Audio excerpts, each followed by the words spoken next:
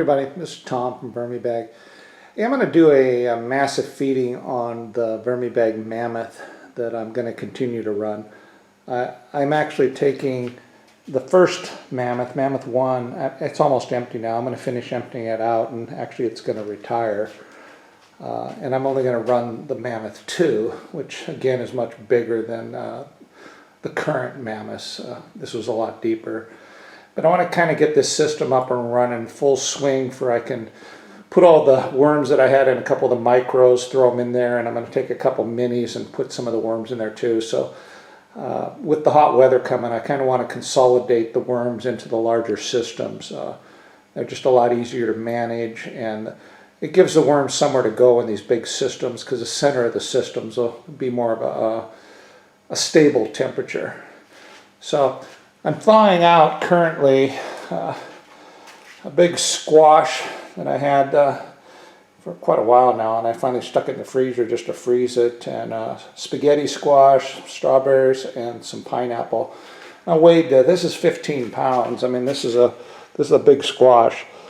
So I'm going to let it thaw just a little bit. Then I'm probably going to take a hammer and bust this thing open and throw it in there with probably 10-15 pounds of bedding over the top, and we'll get this thing rocking and rolling for the Mammoth and start trying to get a big worm population inside this thing and get it ready to take on some more worms.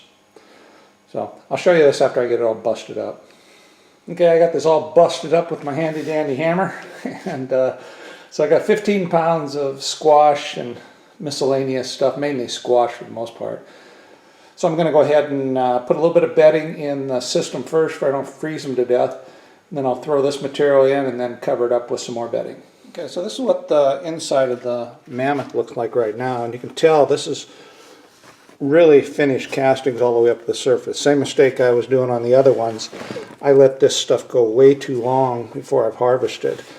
And if I dig down quite a ways, I mean, it's real moist. It's not muddy, but it's real moist, and it's really compacted down below. And on the other side, it's pretty much the same thing. I did feed this side here a while back a little bit. I mean, there's a lot of worms in here. I mean, there's no doubt about that. There's a piece of scrap that I put in there about 4 or 5 days ago. But for the most part, I haven't been feeding this system very aggressively at all. So what I am going to do is, like I said, I'm going to throw some bedding on here just a little bit to kind of protect the worms from the frozen food, because I'm going to put this stuff in frozen, and then I'll throw in all that 15 pounds of squash. Okay, here's the scraps in here. It definitely fills up this Mammoth pretty good.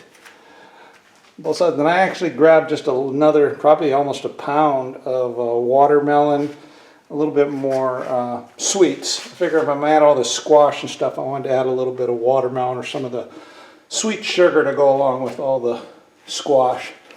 Balanced diet, right? So let me throw a big chunk of bedding on top of this and kind of cover it up a little bit. Okay, so I went ahead and added a few more worms in here too, some of the worms out of the micro, and I just leveled everything off. So I basically have 15 pounds of bedding and 15 pounds of scraps in here. So about 30 pounds of material in here, and we'll take a look at it next week and see how everything's doing. This is Tom from VermiBag. Till next week, ciao.